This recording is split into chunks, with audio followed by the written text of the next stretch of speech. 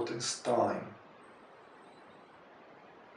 Well, I'm not sure if I fully understand the notion of time from the scientific perspective. And as far as I see it, there is no consensus on the notion itself in the community either. For instance, I've heard that some consider time to be an illusion, something which basically doesn't exist because time is always relative. For us, earthlings, time is something which is inevitably conditioned by the rotation of the planets, by the rotation of our planet Earth as it circumambulates the Sun. So I think the notion of time is something intimately interlinked with the notion of space.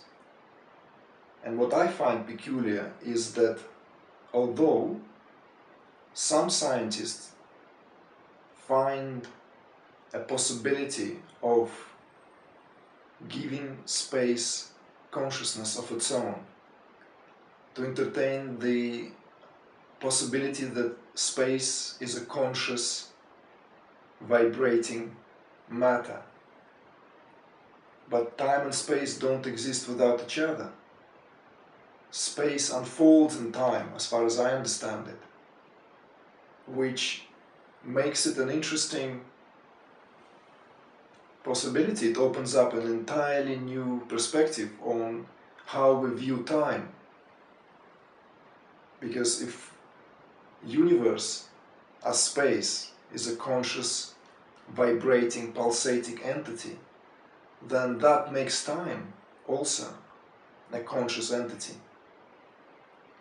In an interesting way, that reflects very much the understanding that comes from ancient Indian belief, that comes from Vedantic perspective. The Hindu notion of time is not linear, it's basically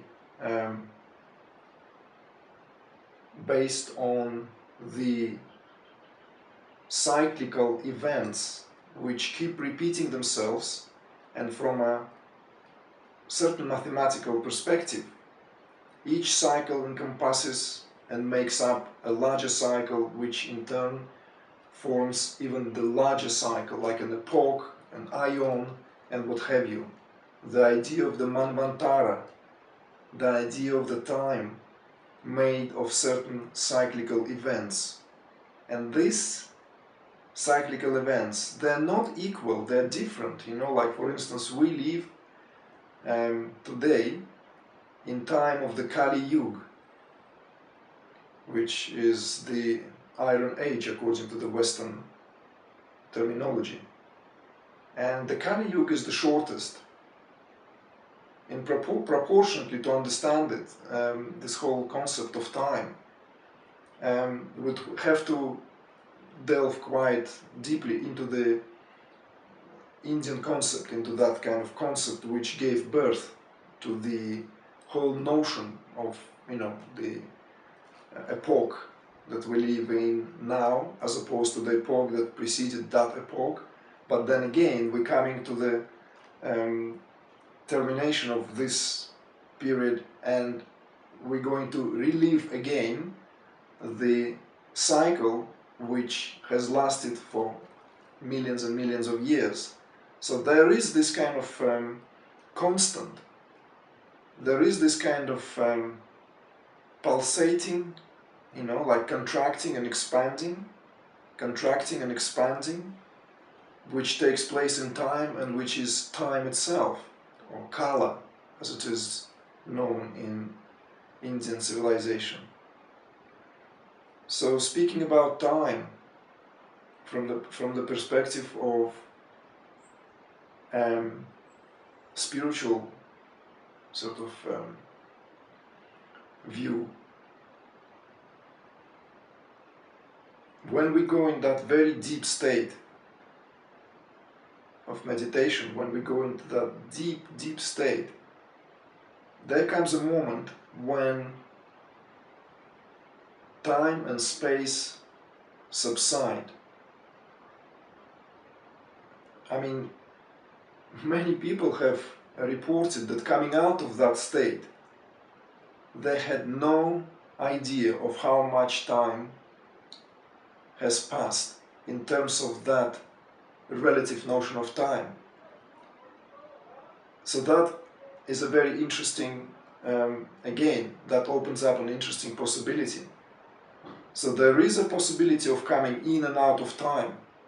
What happens when, let's say, consciousness, our individual consciousness, merges with the, let's say, consciousness of the whole entire universe, and we go beyond the notion of time, we go beyond the time itself?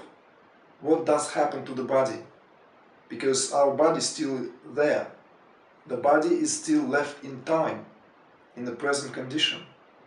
And yet our mind has been transcended by them, you know. We are consciousness and we become consciousness, being fully aware of that experience.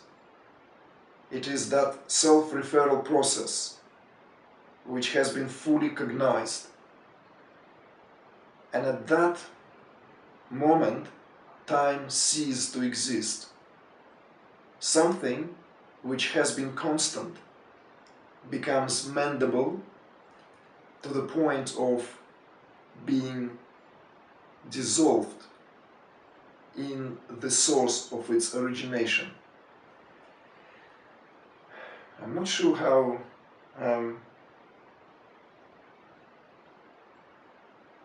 the concept of time relates to the whole notion of suffering, of what the question itself presupposes, that why do we have to go through certain experiences to arrive to the sense of just being? Why does it have to take place in time? I don't know. I have no idea. To me, this is a mystery. Just like, you know, because who is suffering anyway? Who is undergoing through all these experiences? Is it consciousness, which is the background of our being? Or is it that corporal reality, that temporal reality that we associate ourselves with? This is a very, very peculiar situation. How can consciousness suffer? Consciousness is uninvolved completely, you know, it's a witness. And yet again, you know, that condition is very real. By the time this conversation is over, a certain time has passed, and we would know that. We would know that. We will become older, that much older, that much closer to the, let's say, to our evolutionary process, whatever that evolutionary process is unfolding. And as we know, the old evolutionary process unfolding and driven towards the experience of happiness, towards the experience of fullness. Again, from the Indian perspective, from that Hindu perspective, time is a divine entity. She is like the mother matrix, which consumes her own children, but she consumes them, devors them, out of great love, because she gave birth to them in the first